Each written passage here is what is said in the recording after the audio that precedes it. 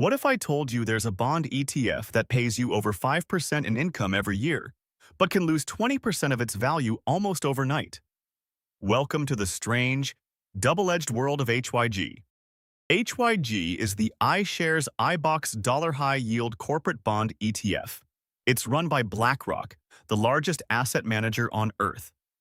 It launched in April 2007 and has been one of the biggest fixed-income ETFs ever since. Today, HYG holds roughly $17 billion in assets and trades millions of shares a day. It's so liquid that hedge funds, banks, and pension funds use it to bet on credit markets in real time.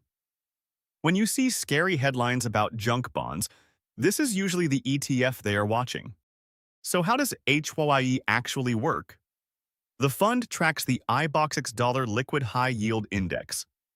That's a basket of around 1,200 corporate bonds issued by U.S. companies, but not just any companies. Every single bond in HYG is rated below investment grade. That means BB or lower. In plain English, these are bonds from companies that lenders consider risky. That's why they're called junk bonds. And that's also why HYG pays you a yield of around 5 to 6%, significantly more than what you would earn from a Treasury or an investment-grade bond fund. Now here's what most beginner investors miss.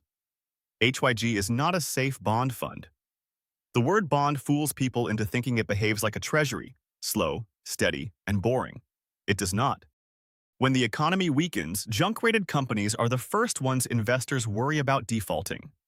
So when fear hits the market, HYG can drop 10, 15, even 20% in a matter of weeks. In March 2020, HYG fell over 20% in less than a month. It moves more like a stock during a crisis than like a bond. There's another quiet catch. The bonds inside HYG don't trade very often, but the ETF itself trades every second of every market day. That mismatch means in a real liquidity crunch, the price of HYG can disconnect from the value of the bonds it actually holds. It's a feature most investors don't even know exists until it bites them. So how has HYG actually performed? Over the long run, total returns including those generous monthly dividends have averaged roughly 4 to 5% a year. That's lower than the stock market and only modestly above safer bond funds, which makes sense because you are being paid to take credit risk, not earn equity returns. Who is HYG actually for? It's for income-focused investors who already understand they are taking on equity-like risk. It's for advanced portfolio builders looking to diversify yield sources. And it's a hedging tool used heavily by professionals. It is not a substitute for your core bond holdings, and it is definitely not a savings account replacement. The honest reality is this. HYG can be a useful income tool, but it is not a hide-from-risk tool. If a recession hits, expect drawdowns that look uncomfortably similar to your stock portfolio. If this breakdown helped you understand HYG, smash that like button and subscribe for more clear ETF explainers. And drop a comment below.